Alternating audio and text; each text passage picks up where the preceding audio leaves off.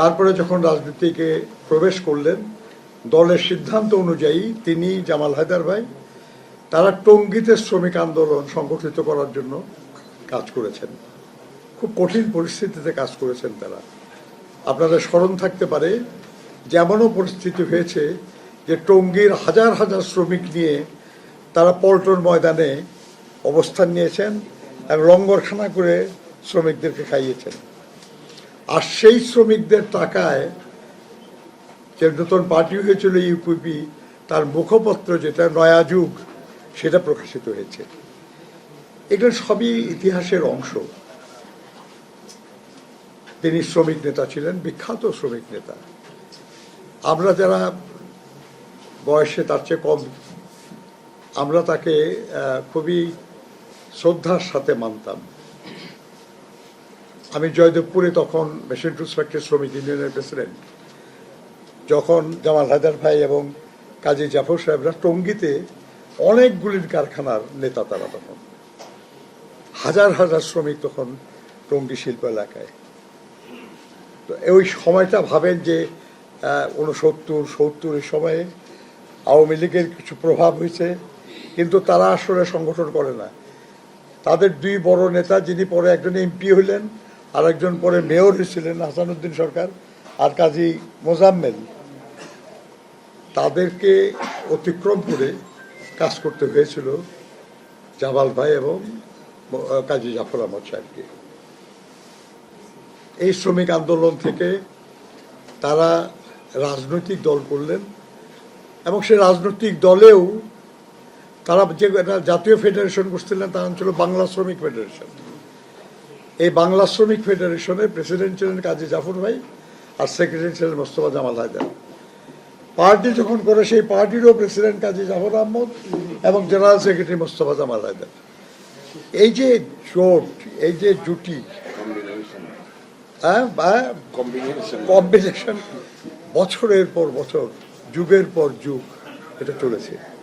আলহামদুলিল্লাহ যে একজনকে আমরা হারিয়েছি, আরেকজন এখনো বেঁচে আছেন, তার কাছ থেকে আপনারা শুনেছেন বিভিন্ন কিছু। আপনার এখানে আলাপ হচ্ছিল অনেকেই যে উনি দাড়ি টুপি এগুলো নিয়ে দেখা করেছেন এর সঙ্গে। আমার সৌভাগ্য হয়েছে যে পাগড়ি না, আমি কিস্তি টুপি মাথায় বিরাট দাড়িওয়ালা কাজী জাফর সাহেবকে দেখেছি। মাথায় বিশ্বাস করুন, চেনারই কোনো উপায় নাই। গুলিস্তানের কাছে দিয়ে হাঁটতেছি, একজনের পিছন থেকে ঘাড়ে হাত দিয়ে বলতেছে, এই কিরে। স্নেহ করতেন আমাকে খুব, আমাকে তুই করে বলতেন এবং আমি সম্মানিতই বোধ করতাম যে আদর করে বলতেছে আর কি। এই কই যাস? আমি তাকাই দেখি, আমি চিনতে পারতেছি যে এই লোকেরা যে তুই তুই করে কয় আবার এই করে। পরে ভালো করে খেয়াল করছি জাফর ভাই আন্ডারগ্রাউন্ড, তখন আন্ডারগ্রাউন্ডে বহুবার তাকে আন্ডারগ্রাউন্ড থাকতে হয়েছে, জেল খাটতে হয়েছে, কষ্ট করতে হয়েছে, কিন্তু রাজনীতি থেকে বিচ্যুত করা যায় নাই তাকে। আপনার ৬২ শিক্ষা আন্দোলন বলেন, ৬৯-এর গণ আন্দোলন বলেন, ৭১-এর মুক্তিযুদ্ধ বলেন, প্রত্যেকটা লড়াইয়ে কাজী জাফর ভাই অত্যন্ত গুরুত্বপূর্ণ ভূমিকা পালন করেছেন। মুক্তিযুদ্ধ চলাকালে আমার মনে আছে যে মৌলানা ভাসানীর নেতৃত্বে তারা একটা সর্বদলীয় সমন্বয় কমিটি করেছিলেন। মানে আওয়ামী লীগের নেতৃত্বে রাষ্ট্র একটা সরকারের অধীনে চলতেছে, কিন্তু এই আন্দোলন যাতে কোনোভাবে বিঘ্নিত না হয়, কেউ যেন এটাকে ভিন্ন দিকে দিতে না পারে, সেই জন্য মৌলানা ভাসানীর নেতৃত্বে এই কমিটি ছিল এবং ওখানেও কাজী জাফর সাহেবই প্রধান ব্যক্তি ছিলেন, কারণ মৌলানা ভাসানীকে বাইরে হতে দেওয়া হতো না। আমার মনে আছে যে আমি 3 দিনের জন্য কলকাতায় গেছি, আমাকে পাঠানো হয়েছিল, আমি 11 নম্বর সেক্টরে, আমাকে পাঠানো হলো একটা কাজে। গেলাম, যে দেখি যে বাংলাদেশ সহায়ক সমিতি বলে একটা প্রতিষ্ঠান আছে বিজয় সিং নাহারের নেতৃত্বে। তখন Siddhartha Shankar Ray chief minister, Bijoy Singh Nahar deputy chief minister. তার নেতৃত্বে একটা বাংলাদেশ সহায়ক কমিটি, তারা 6টা ট্রাক ভর্তি জিনিসপত্র, কাপড়, জামা, জুতা মুক্তিযোদ্ধাদের জন্য রেডি করে রাখছে, কিন্তু এটা নিয়ে আসার লোক নাই, নিয়ে যাওয়ার লোক নাই কোথাও। খুব আক্ষেপ করে বলতেছিল তাজউদ্দিন সাহেব, যে আমাকে বলতে, কারণ উনি শ্রীপুরের লোক, কাপাসিয়ার লোক আর কি তাজউদ্দিন সাহেব। আমি যদুপুরের মেশিন টুলসের শ্রমিক ইউনিয়নের প্রেসিডেন্ট, তখন মেশিন টুলস ফ্যাক্টরি ওই এলাকার সবচেয়ে গুরুত্বপূর্ণ প্রতিষ্ঠান, পরিচয় ছিল একটু। আক্ষেপ করে বলতেছেন, দেখেন ওরা জিনিস দিচ্ছে, রেডি করে রাখছে ট্রাকে, সারাদিন হাঁটা চলা করতেছে, এখানে কত লোক আর খালি পয়সার জন্য আসে, কিন্তু অনুরোধ করলেও একজন লোককে পাইতেছি না যে সেই ট্রাকে করে একটু নিয়ে যা, কোথাও পৌঁছায় দিই। আমি তাকে বললাম যে আমি মহেন্দ্রগঞ্জে, তো আমি তো ওখানে মুক্তিযুদ্ধ, আমি ক্যাম্পে আছি, আমরা তো আপনি মহেন্দ্রগঞ্জে যদি দিতে পারেন তাহলে আমি একটা ট্রাক নিতে পারি। রাজি হয়ে গেলেন, এবং আমার মনে আছে এই জন্য আমাকে রাস্তার খরচের জন্য মোহাম্মদুল্লাহ সাহেবের কাছে পাঠালো, একটা স্লিপ দিয়ে আর কি। আমার মনে আছে 400 টাকা। মোহাম্মদুল্লাহ সাহেব দোতলায় বসতেন, উনি একটা স্লিপ দিলেন, ওটা রেখে আমার এবার রিসিভ করায় নিলেন, নিয়ে বেরোলাম। এবং সে বিরাট ট্রাক আর কি, বড় ট্রাক, শিপ ড্রাইভার। আমি চলে আসবো, এর মধ্যে হঠাৎ জাফর ভাইয়ের সঙ্গে দেখা। আমরা কি অবস্থা, আমি আগামীকাল রাত্রে আমি চলে যাব ট্রাকে করে, আমি মহেন্দ্রগঞ্জে যাব আর কি। এই কলকাতা থেকে মহেন্দ্রগঞ্জ কিন্তু অনেক দূরে, আপনার সীমান্তটা চিন্তা করেন আর কি, যে একেবারে অনেক উপরে উঠে তেঁতুলিয়ার ওই পাশে দিয়ে আবার নিচের দিকে নেমে মেঘালয়ের মহেন্দ্রগঞ্জ। আমার মনে আছে যে 4 দিন 5 রাত রাখছে আমাদের এই ট্রাকে করে আর কি। জাফর ভাই হঠাৎ আমাকে বলতেছে, শোন একটা কাজ কর, আমাদের কিছু লিফলেট আছে, এই লিফলেট তুই বালুর ঘাটে উমুককে দিবি, আর তুই মহেন্দ্রগঞ্জে নিয়ে রাখবি, ওখানে লোক যায় তোর থেকে কালেক্ট করে নিয়ে আসবি। ঠিক আছে, আমারে প্রায় 4-5 হাজার লিফলেট আমাদের দিয়ে দিল আর কি। বিলিভ ইট, আমি কোনোদিনই ভাষা নির্ণয় করি নাই, আমি ইউবিও করি নাই, কোনো ওই যে সিপিবিও করি নাই। অনেকে মনে করে আর কি যে ট্রেড ইউনিয়ন করি তো গভর্নমেন্ট পার্টি করছে, আমার আত্মীয় স্বজন আবার কমিউনিস্ট পার্টি বড় বড় নেতা, তো মনে করে আর কি। কিন্তু আমি ইন্ডিপেন্ডেন্ট ট্রেড ইউনিয়ন করতাম, কিন্তু আমাদের এই বাম সংগঠনগুলির সঙ্গে অনেক সুসম্পর্ক ছিল, আমার খুব হৃদ্যতা ছিল, এবং আমি সম্মান করতাম তাদেরকে। আমি জাফর ভাইয়ের কথা অমান্য করার অবস্থা ছিল না আমার আর কি। এখন যাচ্ছি গভর্নমেন্টের অর্গানাইজ করা একটা ট্রাকে, হ্যাঁ, কংগ্রেসের লোকরা ঠিক করে দিছে, ওই ট্রাকে আমি ওই সমন্বয় কমিটির লিফলেট নিয়ে কেমনে যাই। অনেক চিন্তা করে বের করলাম, বালুহাক্কা স্ট্রিট থেকে জয় বাংলা বলে একটা পত্রিকা বাইর হইতো আর কি, পত্রিকা একদম ভালো কাগজে বাইর করা। আমি ওখানে গেলাম, যা বললাম যে এরকম ব্যাপার, আমি কলকাতা আসছিলাম, আমি মহেন্দ্রগঞ্জে আছি, তো আমি কিছু জয় বাংলা পত্রিকা দেন, আমরা ওখানকার লোকজন, ওর খুব খুশি। তা আমরা প্রায় 100খানেক পত্রিকা দিয়ে দিল। আমি ওই পত্রিকার মধ্যে ভাজে ভাজে লিফলেট ঢুকা প্যাকেট করে, দেখলে কেউ বুঝবে না জয় বাংলা পত্রিকা, কেউ কিছু বলবে না, কিন্তু ওর ভিতরে করে এই লিফলেট নিয়ে আমি আসলাম। বলবাগড়া একজন লোক কাছে পৌঁছায় দিলাম। রাত্রেবেলা তো শহর পার হওয়া যায় না, ট্রাক রেখে রাত্রেবেলা শহরে যায় ওই ঠিকানায় পৌঁছায় দিলাম, দিয়ে পরের দিন তো আবার দিনের বেলা। তো আপনার জাফর ভাই ছিল এরকম মানুষ আর কি, যে দুঃসময়েও দায়িত্ব নিয়ে কাজ করার মানুষের কাছে জাফর আহমদ। আমাদের আপনার তার রাজনৈতিক কেরিয়ার তো খুব মানে সাংঘাতিক সমৃদ্ধ কেরিয়ার আর কি। ভাবতে পারেন আর কি যে তিনি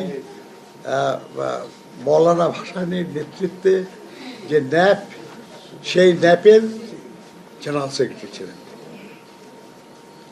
মৌলানা ভাসানীর নেতৃত্বে জেনারেল সেক্রেটারি শেখ মশিউর রহমান জাদু মিয়া গেলেন না, কাজী জাফরও জাদু মিয়ারও আগে সেক্রেটারি, জেনারেল সেক্রেটারি। এ কাজী জাফর ব্যক্তিগত যোগ্যতা, গ্রহণযোগ্যতা, সক্ষমতা না থাকলে এইটা চাওয়া যায় না। উনি গেছেন, তিনি নতুন প্রতিষ্ঠিত ইউপিপিরও জেনারেল সেক্রেটারি ছিলেন, কারণ প্রথম প্রেসিডেন্ট হয় ক্যাপ্টেন হালিম চৌধুরী, পরে তিনি প্রেসিডেন্ট হলেন। তো আপনার এই যে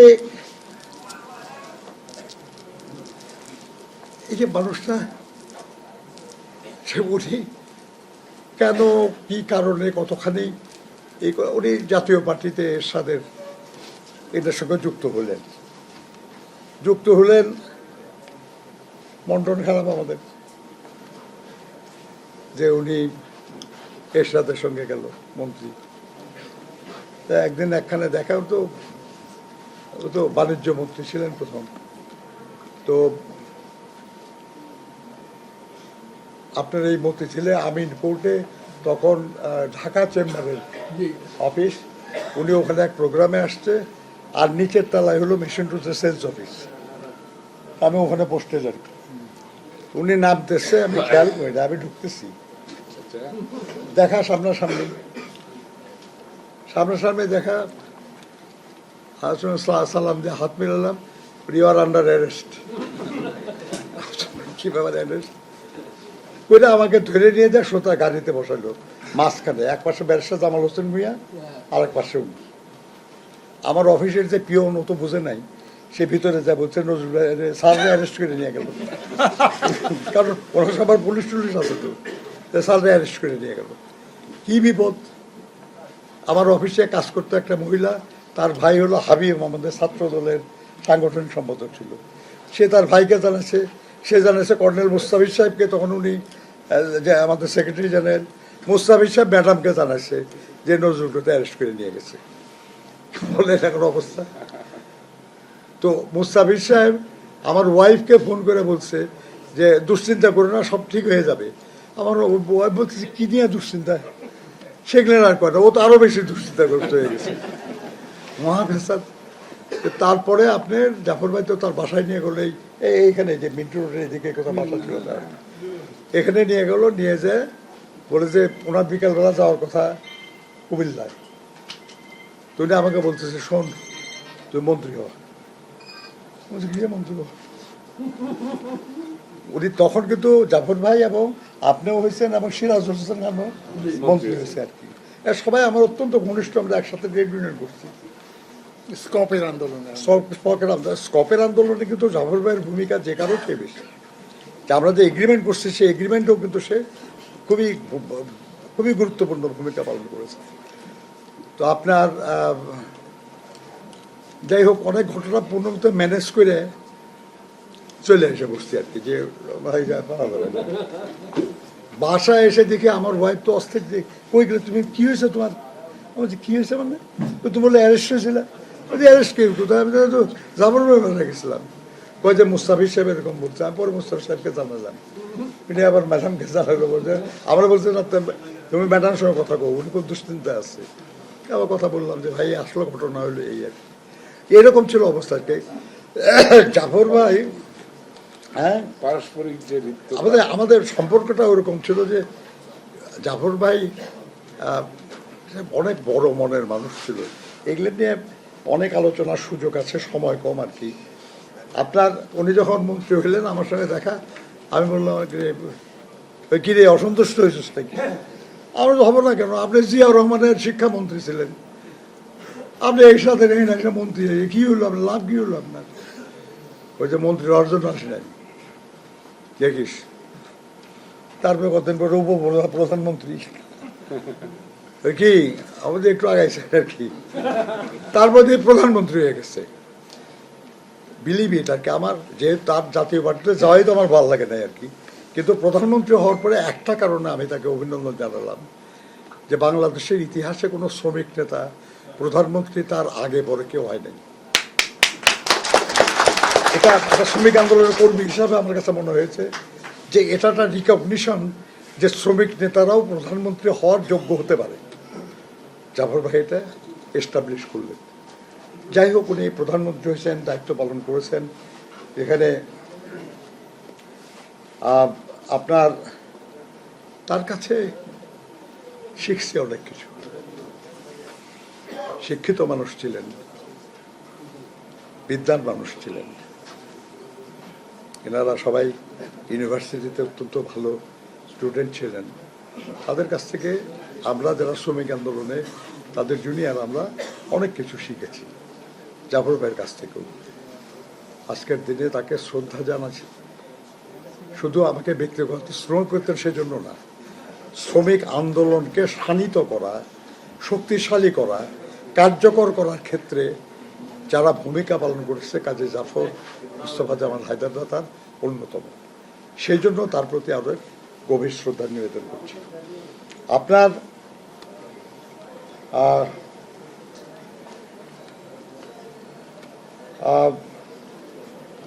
এখানে অনেক আলোচনা হয়েছে। জাফর ভাইকে ম্যাডাম আমাদের নেত্রী পছন্দ করতেন, কোনো সন্দেহ নাই, আমি নিজে সাক্ষী। তার মানে মাথায় নানান পরিকল্পনা গিজ গিজ করতো, মানে বলতো যে এটা করা দরকার, এটা করতে হবে ইত্যাদি আর কি। আমার মনে আছে একবার তার সঙ্গে ব্যাংককে দেখা হলো। উনি অস্ট্রেলিয়ায় চিকিৎসা করতেছিলেন, কিন্তু অস্ট্রেলিয়ার চিকিৎসা খরচ বহন করা তার পক্ষে সম্ভব ছিল না। সেই জন্য উনি এসে ব্যাংককে চিকিৎসা করাতেন। সেখানে দেখা হলো, একসাথে আমরা সারাদিন একসাথে থাকলাম। উনি এমন সব আইডিয়া নিয়ে আমার সাথে কথা বলতেছিলেন, আমি বলে রাখেন ভাই, এত কিছু আমার মনে থাকবে না। আমি কাগজ কলম নিলাম আর কি, নিয়ে আমি নোট করতে থাকলাম। বলে যে তুই নোট করতেছ যখন, এটা নিয়ে ম্যাডামের সঙ্গে কথা বলবি। আমি ঠিক আছে, কথা বলবো। আমার মনে আছে 2 পৃষ্ঠার নোট নিয়েছিলাম আমি জাফরের কাছ থেকে। তখন উনি দারুণ অসুস্থ সেই সময়ে, অর্থাৎ অসুস্থতা তাকে দেশ এবং দেশের মানুষের কল্যাণের চিন্তা থেকে সরাতে পারে নাই। নিজের হয়তো ক্ষমতা নাই কিছু করার, কিন্তু চেষ্টা করতেন যে অন্যরা মিলেও সবাই করতে পারে কিনা, কিন্তু আইডিয়াটা উনি ধারণ করতেন। এটা তো এমনিতে হয় না, চিন্তা ভাবনা না করলে তো হয় না। উনি দেশ এবং দেশের মানুষ নিয়ে চিন্তা করতেন বলেই তার এইসব আইডিয়া ছিল। এই ব্যাপারে এটা করা দরকার, এই ব্যাপারে এটা করা দরকার, এই কাজগুলি জাফর ভাই করতেন। আজকে সবাই এটা পারে না, করে না, এই কারণে সবাই কাজে জাফরও হইতে পারে না। তো কাজেই আমাদেরকে আজকের এই দিনে গভীর শ্রদ্ধার সাথে তাকে স্মরণ করতে হবে। আমরা স্মরণ করছি তাকে গভীর শ্রদ্ধার সাথে। এইসব মানুষগুলিকে ইতিহাসে বাঁচিয়ে রাখার দায়িত্ব রাজনৈতিক সংগঠনের। কারণ আর যাই হোক, যত পরিচয় থাকুক, ফাইনালি কাজী জাফর আহমদ একজন রাজনীতিবিদ। অবশ্যই তিনি একজন শ্রমিক নেতা, অবশ্যই তিনি একজন ছাত্র নেতা। ছাত্র আন্দোলনে যারা আছে, শ্রমিক আন্দোলনে যারা আছে, তাদের উচিত তাকে স্মরণ করা, শুধু সম্মান জানানোর জন্য না, কৃতজ্ঞতা জানানোর জন্য। এইসব মানুষরা ক্ষেত্র প্রস্তুত করেছিলেন বলেই আমরা আগায় যেতে পারতেছি। রাজনৈতিক দলগুলোরও এটা উচিত। আমি দেখছিলাম যে জামাল হায়দার ভাই তার উপরে লিখেছেন, একটু আগে আমাদের মহাসচিব সাহেব বললেন সেটা আমি দেখছি, আমিও পড়েছি, এবং তার নিজের লেখা বই আছে। আমার ধারণা যে তার পরিবার এবং দল তারা চেষ্টা করুক যে তার সম্পর্কে আরও বেশ কিছু লেখা। শুধু তার ছাত্র আন্দোলনের যে জীবন, এই নিয়ে একটা বই হতে পারে, শুধু তার শ্রমিক আন্দোলনের জীবন নিয়েও একটা বই হতে পারে, আর তার রাজনৈতিক জীবন নিয়ে তো বটেই। আমি এখানে যারা জাতীয় পার্টির নেতৃবৃন্দ আছে, আমি অনুরোধ করব যে তারা একটু উদ্যোগ নিয়ে করতে পারে। এখনো তার অনেক সহকর্মী জীবিত আছে, আর পরে কিন্তু সেটা আর পাবেন না। কাজেই এখনই এটা করার চেষ্টা করা উচিত বলে আমি মনে করি। এখানে আমাদের সাথীরা জাতীয় পার্টিকে মূল্যায়নের ব্যাপারে আলাপ করেছেন, এবং আমি খুশি হয়েছি আর কি যে এই মূল্যায়নের কথা, জাতীয় পার্টির মূল্যায়নের কথা বলতে যে তারা বিএনপিরও বেশ কিছু নেতাদের মূল্যায়নের প্রশ্নে আলোচনা করেছেন। সঠিক, মানে ব্যাপারটা হয়েছে যে আপনার এটা তো কোনো অন্যায্য কথা বলেন নাই তারা, এটা বলতেই পারেন তারা আর কি, যে তারাও দীর্ঘদিন আন্দোলন সংগ্রামে নেতৃত্বের পর্যায়ে ছিলেন, এবং আজকে বিএনপি রাষ্ট্র পরিচালনার দায়িত্ব পেয়েছে, এবং সেখানে সহযোগিতা করার জন্য বেশ কিছু বন্ধুপ্রতিম দলের প্রতিনিধিদেরকে মন্ত্রিসভায় বিভিন্নভাবে নেওয়া হয়েছে। ওয়াই নট জাতীয় পার্টি? এটা তো মানে বলতেই পারেন তারা আর কি। কিন্তু তারাও বলেছেন, এটাও সব ঠিক, যে বিএনপি এমন এক বড় পার্টি আর কি, যে আমাদের দলেরই যাদের অবদান যথেষ্ট তাদেরকেও আমরা এখনো অ্যাকোমোডেট করতে পারি নাই। চাই হতে পারে বিলম্ব হচ্ছে, কিন্তু অনেক সময় বিলম্ব মিষ্টি হয়, মিষ্টতা হয়। তো দেখা যাক ইনশাআল্লাহ যে আমরা এটা সবাই আমাদের নেতা জনাব তারেক রহমান এটা উনি বলেছেন তিনি আর কি, যে সবাইকে নিয়ে আমরা একসাথে দেশ পুনর্গঠনের এবং দেশের উন্নয়নের জন্য কাজ করব। সেই সবাইয়ের মধ্যে তো জাতীয় পার্টিও আছে। ইনশাআল্লাহ দেখা যাক। আমি শুধু একটা অনুরোধ করবো, যে সেটা হলো যে জামাল হায়দার ভাই অলরেডি বলেছেন যে একটা কি বলবো এখন আপনি, যে দেশ স্বাধীন হওয়ার পর বাংলাদেশকে বলা হয়েছিল তলাহীন ঝুড়ি। ঝুড়ির তলা নাই, যাই দেওয়া যায় ওখানে হারায় যায়, কিচ্ছুই থাকে না। এই তলাহীন ঝুড়ির তলা বানাইছেন এবং রিপেয়ার করছেন জিয়া রহমান সাহেব, শহীদ প্রেসিডেন্ট জিয়া রহমান বীর উত্তম। দেশটা কিছুটা সমৃদ্ধির দিকে এগিয়ে যাচ্ছিল, সেই সময় তাকে হত্যা করা হলো এবং সেই হত্যার পথ ধরে একটা নতুন শাসন আসলো। তারা যখন চলে যায় তখন আমাদের উন্নয়ন বাজেট প্রায় 100% ঋণ এবং সাহায্য নির্ভর ছিল এবং নানান সংকটের মধ্যে দিয়ে সময় যাচ্ছিল। বেগম খালেদা জিয়া 1991 যখন দায়িত্ব পেলেন, তখনও তিনি দেশে একটা সংকট সময়ে দায়িত্ব পেয়েছিলেন এবং তিনি চেষ্টা করেছিলেন এটাকে পুনর্গঠন করার, সামনের দিকে এগিয়ে নেওয়ার, এবং কিছুটা সফল তো নিশ্চয়ই হয়েছিলেন। আর না হলে বাংলাদেশকে ইমার্জিং টাইগার বলা হয়েছে কেন? উনি ওইটি পর্যন্ত করে দিতে পেরেছেন। তারপরে নানান ঘটনা আমরা দেখেছি এবং প্রায় 17 বছর এই দেশে গণতন্ত্র ছিল না। গণতন্ত্রের নামে স্বৈর শাসন, ফ্যাসিবাদ হয়ে গেল শেষ পর্যন্ত। এবং তার বিরুদ্ধে যে আন্দোলন, এই আন্দোলনে জাতীয় পার্টি সহ 12 দলীয় জোট, সমমনা জোট, আমরা সবাই মিলে একসাথে আন্দোলন করেছি, সংগ্রাম করেছি। শেষ পর্যন্ত 24 জুলাই আগস্টের ছাত্র শ্রমিক জনতার যে অভ্যুত্থান, তার মধ্যে দিয়ে একটা পরিবর্তন হয়েছে, নির্বাচন হয়েছে এবং একটা ঐতিহাসিক বিজয় বিএনপি পেয়েছে। আর শহীদ জিয়ার আমলেও আমরা 2/3 পেয়েছিলাম, বেগম খালেদা জিয়ার আমলেও আমরা 2/3 পেয়েছিলাম মেজরিটি, কিন্তু এত আসন আমরা এর আগে কখনো পাই নাই যেটা এবার পেয়েছি আমরা। যত আসন তত সমর্থন, তত দায় বাড়ে, দায়বদ্ধতা বাড়ে। এই যে মানুষগুলি যারা আমাদেরকে ভোট দিয়েছে, এই যে মানুষগুলি যারা আমাদের উপর আস্থা স্থাপন করেছে, তাদের সংকট সমস্যা সমাধানের দায়িত্ব অতি অবশ্যই আমাদের, এবং সেটা পালন করতে হবে। এবং পালন করতে হবে আমাদের যে নির্বাচনী প্রতিশ্রুতি, তার আলোকে সারা দেশের মানুষের জন্য। আপনারা দেখেছেন যে কিছু কিছু কর্মসূচি নেওয়া হয়েছে। আমরা বিশ্বাস করি এই কর্মসূচিগুলি যুগান্তকারী হবে। এগুলো যখন যথাযথভাবে কার্যকর হবে, তখন অনেক মানুষের অনেক সমস্যার সমাধান হবে। কিন্তু এটা ফল পাওয়া পর্যন্ত তো কনফিউশন থাকবেই, যে লাভ হচ্ছে না, লোকসান হচ্ছে, কী লাভ হলো, কী সমাচার হতে পারে। আর কিন্তু চেষ্টা শুরু হয়েছে। আপনারা খেয়াল করবেন আর কি, যে আমাদের যে প্রধানমন্ত্রী হয়েছেন তারেক রহমান সাহেব, তিনি তার প্রধানমন্ত্রীর বিশাল কার্যালয়ে ওখানে বসেন না।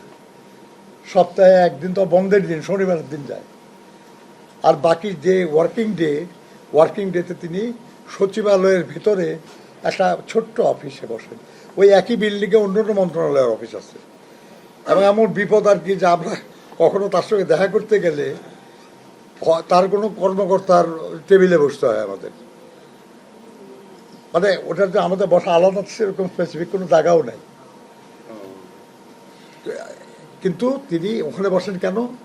বসেন এই কারণে যাতে করে সচিবালয়ের যেসব আছে মন্ত্রী বা সচিব টচিব তার সঙ্গে কথা বলতে হয় এখান থেকে তার তেজগাঁ পর্যন্ত যাওয়া না লাগে, কাছাকাছি। এবং উনি সকাল 9টার মধ্যে অফিসে পৌঁছেন। আপনি দেখেন এখন সচিবালয়ে এরা পিয়ন পর্যন্ত আর সচিব পর্যন্ত সবাই 9টার মধ্যে ঠিকই পৌঁছে, কারণ উনি অনেক সময় নেমেই কোনো না কোনো অফিসে ঢুকে।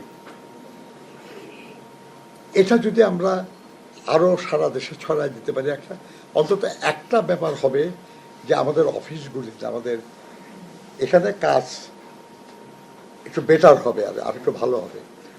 এই ধরনের অনেক কিছু নতুন নতুন অনেক কিছু উনি নিজে চর্চা করার চেষ্টা করতেছেন।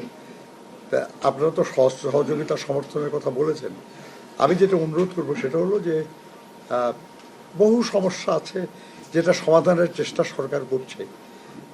আপনাদের যদি পরামর্শ থাকে যে না এইভাবে না, আপনি যদি আরেকটু এইভাবে করেন তাহলে সমাধানটা আরও ত্বরান্বিত হবে, আরও ভালোভাবে হবে, এই পরামর্শগুলি আমরা এনকারেজ করছি। আমরা আপনাদেরকে অনুরোধ করব যদি থাকে আমাদের জানাবেন, আমরা সেই অনুযায়ী করার চেষ্টা করব। আমরা সবার কাছে এইটা বলছি, আমরা আমাদের যে শিক্ষাবিদ যারা, সাংবাদিক যারা, বুদ্ধিজীবী যারা, বিভিন্ন রাজনৈতিক দল, আপনারা দেখছেন কদিন আগে আমাদের প্রধানমন্ত্রী জামাতকে বলেছে, এনসিপিকে বলেছে যে বিদ্যুৎ সমস্যার সমাধানের জন্য স্পেসিফিক কোনো প্রস্তাব যদি থাকে আপনাদের যেটা সমাধান হইতে পারে দেন, আমরা সেটা গ্রহণ করব। এখানে রিজিট কিছু নাই, মূল উদ্দেশ্য হলো সমস্যা সমাধান। তো সেই কারণে আমি আপনাদেরকে অনুরোধ করবো আর কি যে চলেন আমরা একসাথে কাজ করার চেষ্টা করি। সবসময় সবাই মন্ত্রী হয়ে করতে হবে এমন তো কিছু না। বিএনপির প্রতিষ্ঠা কাল থেকে আমি আছি, একেবারে 78 সালে আমি পার্টির লেবার সেক্রেটারি, এখনো আছি পার্টিতে, আমিও তো মন্ত্রী হয়ে যাই, তাই না? তো কি হলো তাতে? আমার তো কাজের সুযোগ বন্ধ হয়ে যায় নাই। আমি পার্টির নেতা হিসাবে এবং কোনো পদ না থাকলেও আমার তো বলার সুযোগ তো বন্ধ হয়ে যায় নাই, আমি বলতে পারি, তাই না? বলছি, চেষ্টাও করি, কিন্তু একটু মনে রাখতে হবে আর কি যে এমনভাবে আমাদের প্রশাসন ধ্বংস করে দেওয়া হয়েছে, পলিউটেড করে দেওয়া হয়েছে, অযোগ্য লোকজনদেরকে রাজনৈতিক কারণে, দলীয় কারণে, এলাকার কারণে বিভিন্ন জায়গায় রাখা হয়েছে, যোগ্য লোকদেরকে বিদায় করে দেওয়া হয়েছে। এই স্ট্রাকচার নিয়ে কাজ করা খুব কঠিন।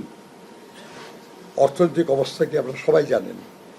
এর মধ্যে যে কাজটা করার চেষ্টা হচ্ছে, এখন জাফর ভাইয়ের মতো মানুষ বেঁচে থাকলে, ওই যে বললাম না যে গিজ করতে আইডিয়া তার, আমার ধারণা যে তার কাছ থেকে আমরা অনেক আইডিয়া পেতাম যে এটা এইভাবে সমাধান করার জন্য ভালো হয়। উনি নাই, আপনারা আছেন, আপনারা দয়া করে পরামর্শ দেন, আমরা কাজ করব। আমি মনে করি যে কিছু কিছু রাজনৈতিক দলের কাছ থেকে কিছু বক্তব্য আমরা শুনি টেলিভিশনে, বা আমি তো আমার সঙ্গে দেখেও শরীর ভালো না, আমি দেখতেও পারি না আর কি, মাঝে মাঝে ইউটিউবে ওগুলো একটু যে কী কয় আর কি, আমার কাছে খুব বিস্ময়কর মনে হয় যে এটা গণতান্ত্রিক রাষ্ট্র ব্যবস্থায় অনেক শব্দ আছে যেগুলো প্রয়োগ করা উচিত না, স্বাভাবিক না, কিন্তু দলীয় পরিচয়ে সেসব কথা বলা হচ্ছে। আল্লাহর অসীম মেহেরবানি যে আমাদের প্রধানমন্ত্রী অত্যন্ত শান্তভাবে এটাকে মোকাবেলা করতেছে, কোনো ওইভাবে রেসপন্স না করে।